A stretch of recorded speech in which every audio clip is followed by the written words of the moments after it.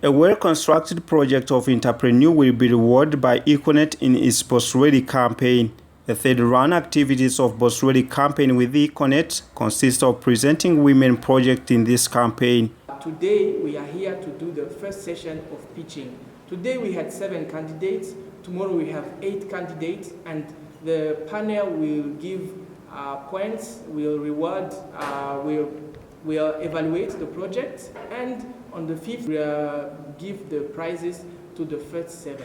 Brave women and readers who present their well-realized projects will be rewarded. The first one will get 2.5 million, the second will get 2 million BIF, the third will get 1.5 million BIF, the fourth until the 7th they will get each 1 million.